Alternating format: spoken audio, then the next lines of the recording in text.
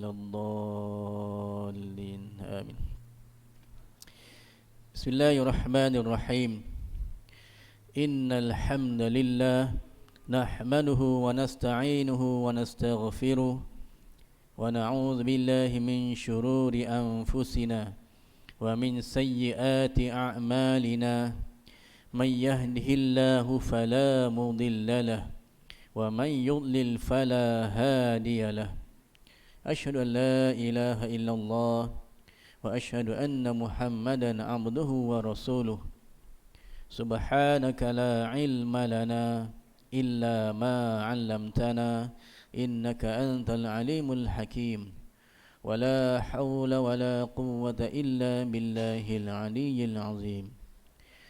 اللهم نور قلوبنا بنور هدايتك كما نورت الأرض بنور شمسك أبدا أبدا برحمتك يا أرحم الراحمين.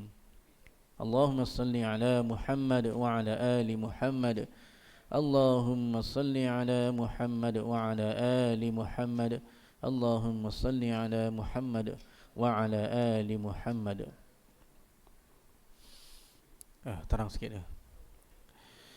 Yang dimuliakan pada barisan tuan-tuan imam, tuan-tuan Bilal, tuan-tuan Siak, tuan-tuan sedang hadirin hadirat muslimin muslimat yang dirahmati Allah Subhanahu wa taala. Pertama-tama kita panjatkan kesyukuran kepada Allah Subhanahu wa taala kerana Allah masih lagi memberikan kita keizinan, kelapangan, kekuatan dan iltizam yang tinggi untuk kita sama-sama berada di surau ini pada malam ini. Alhamdulillah, cuaca baik, iklim pun baik. Mudah-mudahan tuan-tuan pun dalam keadaan yang baik. Cuma iklim di FB dan juga YouTube mungkin hanya berkisar kisah panas pada isu tertentu saja. Isu yang membabitkan pengarah muda yang ceritanya berjuta-juta, bapaknya pun ceritanya berjuta-juta. Alhamdulillah, anak dan bapa jutawan, ya. Tapi pun berlaku berantakan sebab wang bukan segala-galanya. Ada juga suara-suara di belakang, ya, golongan-golongan marhain, golongan orang-orang kampung. Dia kata apa? Ini kes ini punya pasal, maka KPI NKRA untuk tambah semakin meningkat. Kalau dulu mungkin agak mudah, kerana kes ini maka kalau tuan-tuan tahu KPI NKRA, dia punya standardnya, ya, semakin tinggi, semakin meningkat. Sebab apa? Sebab kalau orang yang duitnya berjuta pun belum tentu boleh pasang kedua. Tu duit berjuta, tuan-tuan. Kita ni nak berkata berjuta, nak jumpa 10,000 pun tak tahulah, semua ribu tak jumpa agaknya. 1,000 tu mungkin jumpalah, 10,000, 100,000 tak jumpa. Maka bertambah sukarlah kita untuk melalui suasana tersebut. Tapi apa pun tuan-tuan, jangan khawatir, ya, sebab emosi, kasih sayang, rezeki tidak boleh dinilai dengan kiraan mata wang. Dia bukan ada nilai macam matematik, ada dia punya ukur lilit dia. Gaji sekian baru boleh yang kedua, gaji sekian baru boleh yang keempat. Tidak, dia tidak ada piawaian sedemikian.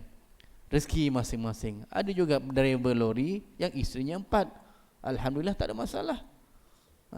Okey aja.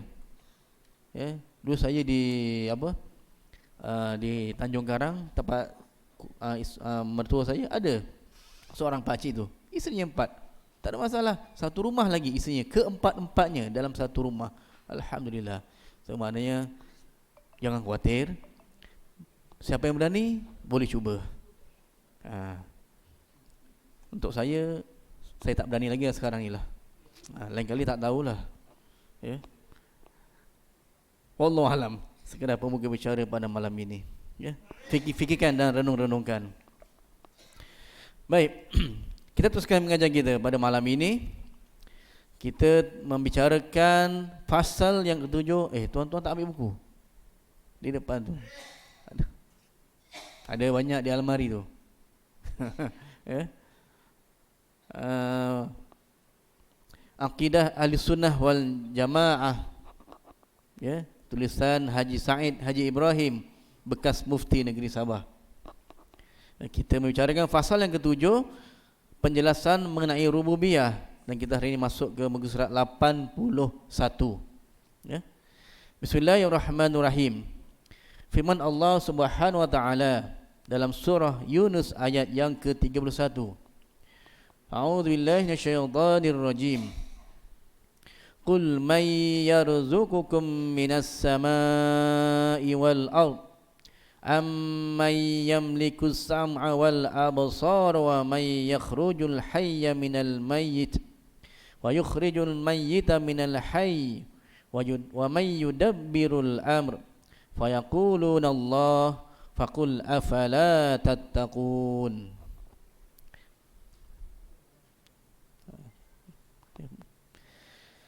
Muka surat 81, ya. Yang bermaksud, bertanyalah kepada mereka, yakni orang-orang musyrik, siapakah yang memberi rezeki kepada kamu daripada langit dan bumi? Atau siapakah yang menguasai pendengaran dan penglihatan?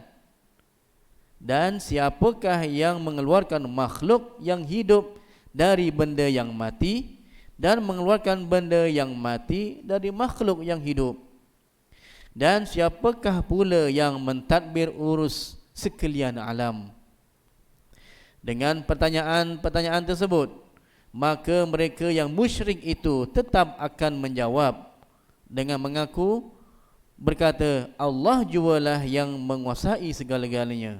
Oleh itu katakanlah, jika kamu mengakui yang demikian, maka mengapa kamu tidak mahu bertakwa? Sebanyak orang-orang musyrik ini, ya, pada akhirnya mereka mengakui adanya Allah yang Maha Berkuasa.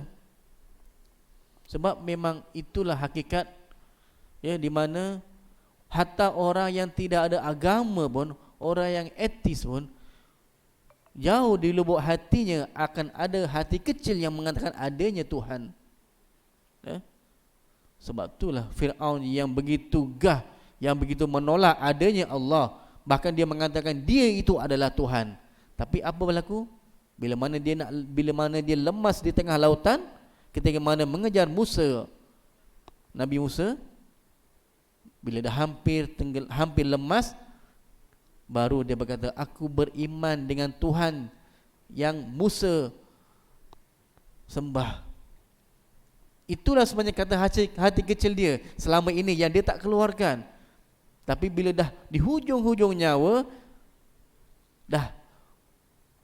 nyawa sudah di hujung tanduk, ketika itu baru dia lafazkan benda tu, tapi dah terlewat, ya, nyawa sudah di hujung halkum. Dia berkata, aku beriman dengan Tuhan Musa, Tuhan yang Musa sembah. Ada dalam Al-Quran cerita itu, tapi dah terlambat. Itu dikatakan sebenarnya orang-orang, ya, beriman atau tidak beriman, dia sebenarnya pada hati kecil dia akan mengatakan percaya pada Allah yang satu, ya. Cuma mungkin kehidupan dalam dunia ini, kedudukan, status quo, ataupun kehidupan dengan masyarakat yang menyebabkan mereka menafikan perkara tersebut. Sebab tu bila ditanya pada orang musyrikin, siapa yang bagi rezeki, yang keluarkan rezeki daripada langit dan bumi, siapa yang kuasai pendengaran, penglihatan, yang keluarkan makhluk yang hidup daripada yang mati keluar pula benda yang hidup, siapa yang takbir urus dunia ini? Kita selalu dengar ada Perdana Menteri sekarang ni disebut selalu takbir urus, ya, negara kita. Allah takbir urus dunia ini yang terbaik, yang sebaik-baiknya. Bila ditanya begini, mereka mengaku bahawa semuanya ialah Allah jualah yang menguasai segala-galanya. Kenapa kamu tidak mahu bertakwa? Ya, di surah Yunus ayat yang ke-31. Baik. Yang keenam, firman Allah dalam surah Abasa ayat yang ke-24. A'udzubillahi minasyaitonirrajim. Falyanzuril insanu ila ta'amih maka hendaklah manusia melihat kepada makanannya, bagaimana kami mentadbirnya. Makanan pun Allah takbir untuk kita dapat makanan sampai kepada kita dengan sempurna. Ya, memang makanan tu taklah Allah bagi depan mata kita, sedebup nasi ambeng, doa je sedebup nasi Arab, taklah begitu. Tetapi ada usaha ikhtiar kita yang mana Allah sediakan jalan-jalan itu untuk kita dapat makanan. Kalau kata makan nasi ambeng itu, nasi Arab itu, pasti kena ada lauknya, ayamnya, ada minya, ada nasinya, ada sayurnya. Pasti akan ada jalan-jalan untuk sampai kepada mi itu, nasi itu. Kalau nasi daripada beras daripada mana? Beras daripada kedai daripada mana? Daripada pemborong daripada mana? Daripada kilang daripada mana? Daripada petani daripada mana? Dia tanam, dapatkan biji benih, tanam tu bagaimana? Maka Allah datangkan hujan, bagi rezeki air, ada tanah subur. Maka itulah jalan-jalannya hingga kita dapat rezeki nasi. Memang Allah tak hantar sedebup nasi depan mata, tapi Allah janjikan rezeki kita, makanan kita, asal kita usaha dan ikhtiar kita akan dapat. Firman Allah Ta'ala tersebut menegaskan alam ini adalah di bawah tadbir dan urusan pemerintah Allah, di mana Allah secara mutlak berkuasa melakukan apa sahaja yang dikehendakinya terhadap makhluknya mengikut pentadbiran dan pengurusannya. Mentadbir dan mengurus. Itu saya suka ulang kenyataan PM sekarang, dia suka sebut tadbir urus yang baik. Ini tadbir urus, mentadbir dan mengurus. Baik, perbincangan dan kesimpulan. Penjelasan mengenai rububiyah ini ada di sini ada 8. Pertama, rububiyah ialah mengiktikad dengan iktikad yang jazam. Bila kita sebut jazam, kita boleh lihat mana jazam, iaitu putus, muktamad, mantap, jitu, 100% keyakinan, tidak ada pertikaian. Itu mana jazam, keyakinan yang mantap. Bahawa pentadbiran dan pengurusan semua benda dan perkara di alam ini adalah di bawah tadbir dan urusan Allah Subhanahu Wa Taala. Itu makna Allah yang mentadbir, yang berkuasa. Rabb tu rububiyah, merujuk kepada Allah yang maha mentadbir, Allah yang maha mengurus. Kalau sebelum ini tauhid uluhiyah, al-ilah itu ialah Allah yang tempat satu-satunya kita menyembah, mengabdikan diri, satu-satunya Tuhan yang kita sembah. Itu kena bezakan uluhiyah dengan rububiyah, Rabb dengan ilah. Dua-dua makna Tuhan, tetapi konsepnya berbeza. Benda ni daripada sekolah menengah pun belajar, kadang-kadang lupa. Bila surat rububiyah, uluhiyah, mula-mula apa, lupa je, belajar lupa. Kita ambil makna dia tu. Bila rububiyah, Rabb. Apa Rabb? Tuhan yang maha mentadbir, maha mengurus. Kalau uluhiyah, al-ilah. Ilah itu Tuhan yang satu-satunya kita mengabdikan, menyembah, sujud kepada Allah Subhanahu Wa Taala. Kedua, hal-hal dan keadaan seseorang manusia yang berkaitan dengan hidup, mati, mulia, hina, rezeki, nikmat, rahmat, sakit, sihat dan lain-lainnya dalam semua urusan dan perbuatan mereka adalah tertakluk di bawah pemerintahan dan tadbir Allah Subhanahu Wa Taala. Tapi bila kita cerita tentang hidup, mati memang benda yang tak boleh dielak. Takdir Allah yang memang confirm berlaku ialah mati. Semua manusia akan mati. Tak akan ada manusia yang tidak akan mati. Cuma bagaimana cara mati, bila mati, umur berapa mati, itu yang mungkin boleh berlaku mengikut takdir yang sedia ada, ataupun mungkin berlaku di atas takdir yang berubah asbab kerana doa ataupun sedekah kita, ataupun amal ibadah kita yang Allah terima, akhirnya Allah perkenankan untuk mengubah takdir kita. Sebab Allah kata la yuradul qada'u illa bidu'a. Allah tak akan ubah takdir kita kecuali dengan doa. Masuk doa di situ ialah kita ada usaha, ikhtiar, doa, maka kita boleh ubah takdir itu pada asal. Cuma kita tak tahu sekarang apa takdir kita. Adakah yang berlaku ini memang tadi sedia ada, ataupun takdir yang memang Allah dah ubah sebab kerana perkenankan doa kita. Kita tak tahu. Mungkin itu doa yang diperkenankan, mungkin itu takdir yang asal. Apa pun kita buat yang terbaik, dan setiap kali berlaku perkara yang baik kepada diri kita, kita adalah syukur dengan nikmat Allah Ta'ala. Setiap kali berlaku perkara yang kita tidak ingini, kita rasa benda ini benda yang buruk bagi kita, tapi Allah dah takdirkan juga bagi kita. Kita dah usaha untuk mengelak, tapi kena juga. Bukan tak usaha sebab dalam akidah Ahli Sunnah wal Jamaah, kita ada usaha ikhtiar untuk mengelak sesuatu keburukan. Kalau itu juga yang berlaku, kita redha dan sabar. Mungkin ada hikmah di sebalik kejadian yang kita tak ingini. Sebab Allah kata tidak semua benda yang kita tak suka belum tentu dia buruk kepada kita, dan setiap benda yang kita suka belum tentu dia baik untuk kita. Kita tidak mahu seperti mana akidah Qadariyah dan Jabariyah. Qadariyah dia berkuasa penuh, pada dia Allah itu tidak ada peranan, dah cukup dia bagi kita kekuatan, kehidupan, maka segala-galanya di dunia ini adalah kita yang tentukan. Itu Qadariyah. Dan juga bukan Jabariyah. Jabar ini kita dikuasai, kita tak ada buat, tak mampu nak buat apa-apa. Kita seperti boneka, patung yang tak boleh buat apa-apa, serah saja. Allah dah tentukan, nak apa susah-susah, dah takdir. Kalau aku goblok, ya goblok juga. Belajar pun takkan pandai. Dia serah terus. Kalau dah susah, susah juga.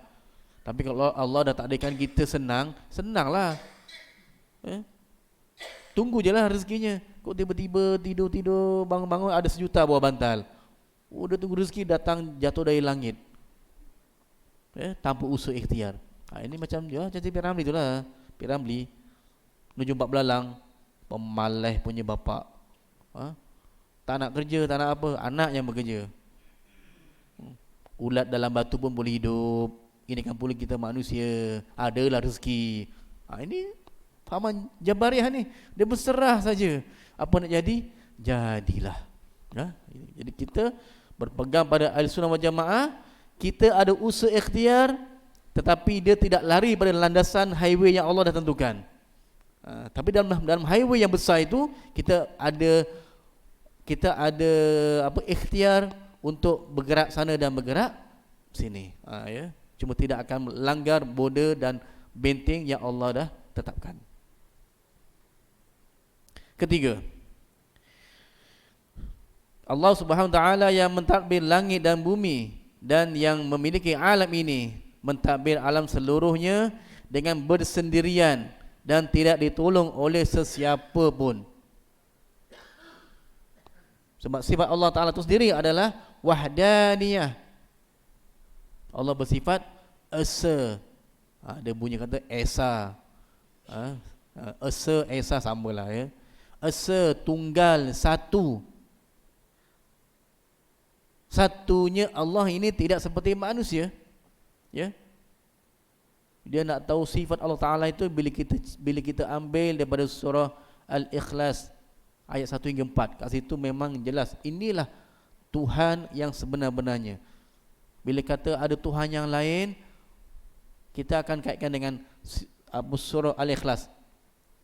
Selari atau tidak? Kalau tak sama dengan surah Al-Ikhlas, maka itu bukan Tuhan yang sebenar. Ya? Disebut dalam surah Al-Ikhlas yang pertama, Qul huwallahu ahad. Katakan Allah itu satu, esa tunggal. Tengok Tuhan yang lain. Ada yang 2, ada yang 3, ya? Ada Trinity, ya? Ada 330 juta pun ada. Banyak sangat Tuhannya. Seumur hidup sembah Tuhan satu pun tak habis, tak apa. Satu sehari tak habis. Kalau 330 juta Tuhannya, mana habis. Ya, pertama asa. Kalau ada agama lain yang mengatakan kami juga percaya pada Tuhan yang satu, okey, fine, yang satu tu selesai. Tengok ayat yang kedua pula, Allahus Samad, Allah yang maha mendengar. Dari segi maksud mendengar itu ialah Allah yang mentadbir dunia ini seluruhnya, ya, segala apa yang berlaku, langit dan bumi, semua dalam kekuasaan Allah Ta'ala. Adakah Tuhan mereka begitu juga kekuatannya? Okey, kalau dikata sama, masuk yang ketiga, lam yalid wa lam yulad, tidak beranak dan tidak diperanakkan. Maksudnya dia, Allah ini betul-betul tunggal, tanpa keturunan, tak ada mak bapak dan tak ada anak. Tengok agama lain, ada yang anak Tuhan, bapa Tuhan, ya. Sehingga ada pihak yang mengatakan Maryam itu macam seolah isteri kepada Tuhan, sebab dia dah melahirkan anak Tuhan. Nak kata agama lain ada yang Tuhannya dicipta, sedangkan Tuhan mencipta. Bukan Tuhan dicipta, dibentuk-bentuk jadi Tuhan, ya. Okey. Yang keempat, walam yakullahu kufuwan ahad, dan tidak ada sesuatu pun yang menyamai, sesuatu apa pun tidak akan sama dengan Allah Ta'ala. Kalau dia kata ini Tuhan aku ni, pokok ni Tuhan, sama dengan pokok lain, so tak boleh. Tuhan aku ni, patung yang aku buat ni, sama dengan patung lain, tak boleh. Sebab bila Tuhan ini, dia tidak akan sama dengan apa pun. Selagi benda yang kita nampak di dunia ini, benda yang kita nampak di depan mata, benda yang kita bayangkan dalam fikiran, maka itu semua adalah makhluk. Mana selagi sama seperti makhluk, maka itu bukan Tuhan. Jadi bila kita tengok ayat surah Al-Ikhlas ayat 1 hingga 4 ni, maka nampak bagaimana kita boleh menolak pendapat agama lain yang mengatakan Tuhan mereka itu adalah Tuhan yang sebenar.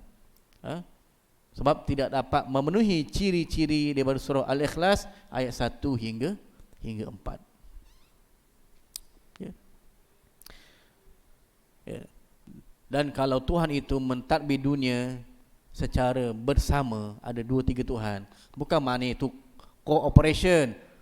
Wah, mereka bersekutu, gabungan. Ini bukan dunia nak ada gabung-gabung, kerajaan bergabungan ke, campuran ke, perikatan ke, dah apa semuanya.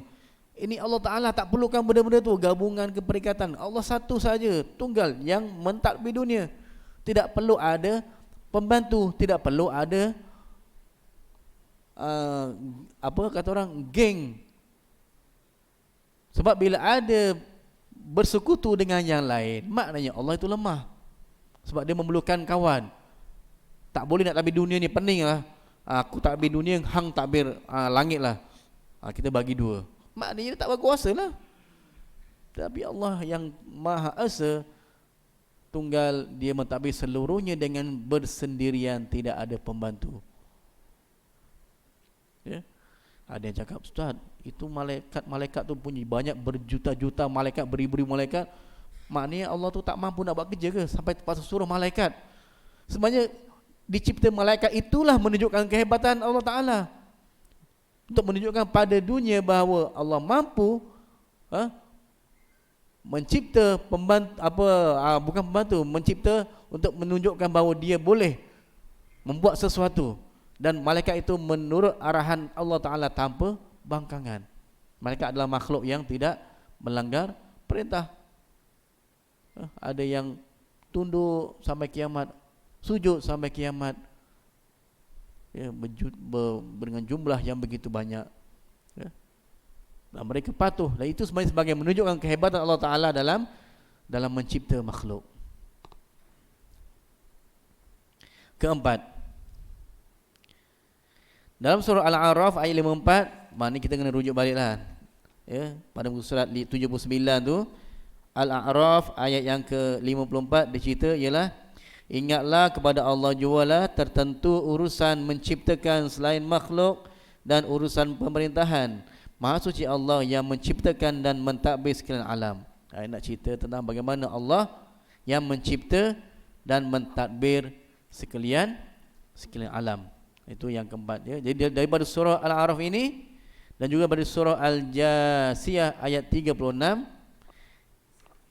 yang berbunyi, maka bagi Allah jualah tertentu segala puji, Tuhan yang mentadbir langit dan Tuhan yang mentadbir bumi, Tuhan sekalian alam. Maka dua ayat ini menerangkan tentang urusan mencipta sekalian makhluk dan urusan pemerintahan dan juga pentadbiran langit dan bumi adalah tertentu bagi Allah Ta'ala juga. Pada dua ayat ini maka diterangkan bahawa segala urusan cipta makhluk, urusan pemerintahan, urusan pentadbiran langit dan bumi sekalian alam ini adalah terletak di tangan Allah Subhanahu wa Ta'ala. Kelima, dalam surah Al-An'am ayat 14, saya baca maknanya. Katakanlah wahai Muhammad, patutkah aku mengambil penolong selain pada Allah yang menciptakan langit dan bumi, dan ia pula yang memberi makan dan bukan ia diberi makan. Ya, jadi ayat itu ya, maknanya Allah Subhanahu wa Ta'ala selain daripada mencipta langit dan bumi, ia juga memberi makan, bukan diberi makan. Allah menurunkan macam-macam jenis makanan ya. Daripada laut dapatlah kita makan makanan laut. Makan berpada-pada. Kalau tak gout datang, makan memang sedap. Dah kena gout nanti aduh ya. Mana yang dah kena tu dia tahulah macam mana seksanya kena gout. Go out gout. Harap saya jangan kena lah. Sekarang ni belum kena lagi, tapi tengok kawan-kawan yang kena, Masya Allah ngerinya ya. Lagi ngeri saya tengok ya, ni pengalaman ya, bila kita ada saudara-saudara yang kena gout, kena pula yang dah tua-tua, badan yang besar-besar. Anak-anak nak tolong pun kadang-kadang Allah nak angkat berat. Bila terlepas kakinya terpijak tanah, terpijak lantai, Masya Allah. Yang tak tahannya bila kena subah seranah anaknya tu, kita pun Allah kesiannya, anak tu betul-betul nak membantu. Tapi bila kena subah seranah apa jadinya? Tolong-tolong juga, tapi kat belakang dah ditolong, cakap macam-macam. Sabarlah, sabar. Allah nak uji. Ya, kadang kita pun mungkin Allah nak bagi kita pahala yang banyak dengan ayah kita yang sakit. Ini nak uji ni, nak bagi kita pahala. Kena sabar. Ya, kita kena ingat kita kecil dulu macam mana mak ayah jaga kita. Jadi kita ini masa ini kita nak membalas jasa mereka. Walaupun kadang-kadang kita rasa sakit hati, sabarlah. Sebab dia sakit. Bila dia sakit, dia memang cepat mengeluarkan kadang kata-kata yang kadang-kadang kasar. Tapi kena sabarlah. Tahan je telinga tu. Macam telinga kuali je, buat tak tahu je. Memang itulah.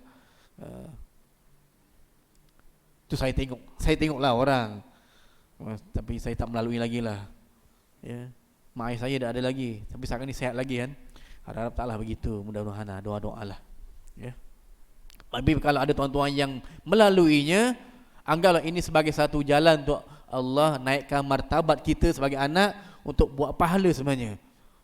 Tapi yang penting sabarlah. Kalau tuan-tuan sekat belakang asyik ngutuk je pun tak jadi juga. Ya. Sebab pelbagai cara Allah nak beri jalan untuk naikkan martabat kita. Hatta sampai ke peringkat orang yang mati dalam keadaan susah pun sebenarnya, tuan-tuan boleh rujuk balik daripada kitab Mastikah Hadis ya. Ada beberapa hadis itu yang menerangkan bahawa jangan kita pandang bahawa jenazah yang mudah mati itu confirm ahli syurga, dan jangan kita memandang jenazah yang matinya sukar itu kita tengok ni ahli neraka ni, tengok mati susah je, sakit teruk je. Jangan ya. Tuan-tuan buka balik dalam buku Mastikah Hadis. Saya dalam muka surat 200 lebih Ya, sebab saya ada kuliah, saya masih ingat beberapa hadis cerita tentang itu kan. Sebab itulah Aisyah radhiyallahu anha, isteri Nabi sendiri, mengatakan apa dalam hadis? Aku sendiri tidak berasa iri hati kalau melihat ada orang yang matinya begitu mudah. Kan banyak cerita mati mudah. Tengah sujud mati. Tengah kuliah bercakap ni, tengah kuliah debu mati. Ada tengah berselawat mati. Tengah tidur mati. Mudah. Tapi apa kata Aisyah? Aku tidak iri hati, tidak dengki dengan orang yang mati muda. Sebab apa? Sebab aku sendiri melihat Nabi pun yang dijamin syurga, yang memang kekasih Allah, mati pun agak sukar. Nabi sendiri pun melalui pengalaman sakit. Jadi adakah kita mengatakan bahawa orang yang mati muda tu tengah sembahyang mati lebih baik daripada Nabi? Tidak. Ya. Bagus juga hadis tu. Di hadis tu di highlightkan supaya nak memberi kita pengajaran supaya jangan bersangka buruk pada jenazah. Ya. Kadang kita mudah menilai begitu. Wah, tengok napasnya macam kuda bernapas. Ni ahli neraka ni.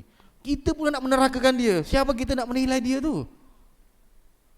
Bahkan pada hadis seterusnya, Allah nak meningkatkan martabat jenazah itu dengan diberikan sedikit kesakitan untuk membuang dosa-dosa di dunia ini. Supaya apa? Supaya di akhirat besok lepas mati dia mudah. Maknanya dengan dia sukarnya sedikit tu, ada kesukaran sebab Allah nak beri kifarah sebelum dia mati. Tapi bila dia mati, jalan dia mudah. Jadi kita jangan bersangka buruk. Sebab apa? Aisyah sendiri pun tidak iri hati. Sebab apa? Sebab aku sendiri melihat Nabi dalam keadaan agak sukar ketika mana nak mati. Beberapa hari sakit, sehingga sampai ke tahap dah tak mampu nak bangun, dipapah bagi nak sembahyang, tak mampu nak berjemaah, nak jadi imam. Abu Bakar menjadi imam. Maknanya teruklah Nabi tu sampai tak mampu. Ya, dan ketika tengah sakitnya barik tu, Nabi mengambil dia letak bejana, ada air, Nabi dilap dengan air dengan kain pada dalam bejana tu, lalu disapu pada badannya. Sebab Nabi terasa dah tak begitu sehat. Ya? Hatta Nabi kata apa? Begitulah terasa sakitnya orang sakitnya nak mati. Kenapa aku tidak dapat nak menanggung sakitnya umatku nanti ketika mana nak dicabut nyawanya. Ya? Jadi itu pengajaran, ya, supaya kita tidak bersangka buruk pada jenazah. Ya. Mana tadi? Hilang lah. Okey, yang tadi tu tuan rujuk sendiri lah. Buka masihkah hadis jilid pertama, buka dalam muka surat 250 ke atas. Saya ingat begitu lah muka suratnya tuan. Ada hadis, cerita-cerita, ada 2-3 hadis menceritakan tentang perkara-perkara tersebut.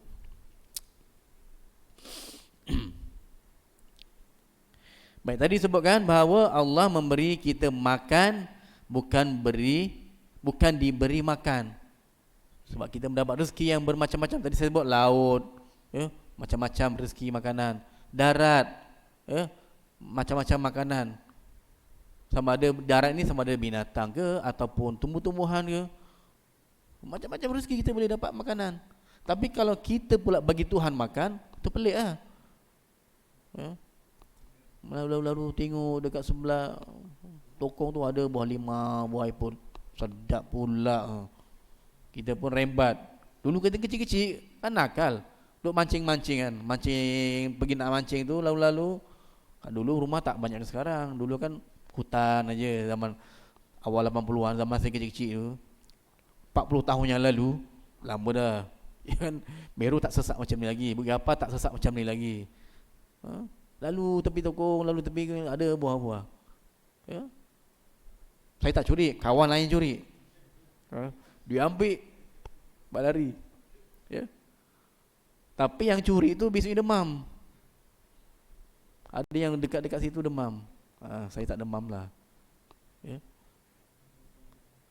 Yalah, dia bagi Tuhan dia makan. Kita dalam fahaman agama kita, mana Tuhan makan? Tuhan bagi kita makan, bukan kita bagi Tuhan makan. Ini tengok apa dia bagi limau, Tuhan dia tak boleh makan, baik kita yang makan. Ya. Tapi bila datang tengok, limau sudah habis, sudah hilang. Oh ayah, ini Tuhan sudah makan ni limau lah. Letak lagi yang baru. Kita rembat lagi. Ya. Rezeki Allah yang beri, makanan Allah yang beri, bukan kita beri Tuhan makan. Yang keenam, daripada surah Ali Imran ayat 26, yang berbunyi, wahai Tuhan yang mempunyai kuasa. Katakanlah wahai Muhammad, wahai Tuhan yang mempunyai kuasa pemerintahan, Engkaulah yang memberikan kuasa pemerintahan kepada sesiapa yang Engkau kehendaki, dan Engkaulah yang mencabut kuasa pemerintahan daripada seseorang yang Engkau kehendaki. Engkaulah juga yang memuliakan sesiapa yang Engkau kehendaki, dan Engkaulah yang menghinakan sesiapa yang Engkau kehendaki. Di dalam kekuasaan Engkaulah sahaja adanya segala kebaikan. Sesungguhnya Engkau amat berkuasa di atas tiap-tiap sesuatu. Ya. Maka maknanya Allah SWT mempunyai kuasa pemerintahan, yang berkuasa memberi sesuatu pemerintahan kepada sesiapa yang dikehendakinya, dan mengambilnya kepada sesiapa yang dikehendakinya, dan ia juga kuasa memuliakan dan menghinakan sesiapa yang dikehendakinya. Maksudnya itu kuasa Allah Ta'ala, nak memuliakan, nak menghinakan, nak memberi kehebatan dalam pemerintahan, hebat, agung, ya, nak beri dia kehinaan dan sebagainya. Itu kuasa Allah Subhanahu Wa Taala dengan asbab-asbab yang tertentu yang hanya Allah sahaja yang tahu.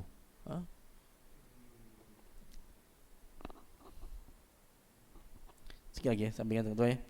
Yang ketujuh, dalam surah Yunus ayat 31 dijelaskan Allah Ta'ala memberi rezeki kepada makhluknya di langit dan di bumi, dan ia juga menghidupkan, mematikan, dan semua pentadbiran dan pemerintahan di alam ini adalah tertakluk di bawah kuasa Allah. Ya. Allah beri rezeki, hidupkan, matikan, dan juga mentadbir keseluruhannya langit dan bumi ini. Dan yang ke-8 dalam surah Abasa yang kita baca tadi, ayat 24, menerangkan tentang semua pembahagian dan peruntukan makanan yang ditentukan kepada setiap manusia adalah ditadbirkan oleh Allah Subhanahu Wa Taala. Ya. Segala sumber-sumber makanan. Yang penting kita cari dengan jalan yang betul, bukan dengan jalan yang haram. Bukan jalan kita pecah kedai, curi makanan, bawa ikan, bawa balik, kita makan. Itu curi. Nak cari sendiri kat laut, pancing ke apa, jadi nelayan ke, di laut tu tak ada yang punya. Laut tu Allah yang punya, siapa-siapa boleh ambil. Ya. Tetapi bila sudah diambil oleh seseorang, dah jadi hak dia, dijual pada kedai, dah jadi kedai punya. Kita nak, kita kena beli, bukan kita bagi rompak dan jadi hak milik kita. Itu adalah perbuatan yang salah, berdosa, dan menjadi makanan yang haram.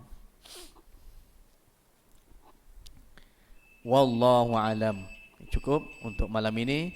InsyaAllah kita jumpa lagi pada pertemuan yang akan datang. Kita masuk fasal yang ke-8, iaitu pengenalan mengenai rukun iman. Ya. Mudah-mudahan apa yang kita bincang pada malam ini memberi manfaat kepada diri saya dan juga tuan-tuan. Dan kita akhiri dengan bacaan tasbih, kafarah dan surah Al-Asr. Subhanakallahumma wa bihamdika, subhanakallahumma wa bihamdika, asyhadu an la ilaha illa anta, astaghfiruka wa atubu ilaik. Bismillahirrahmanirrahim.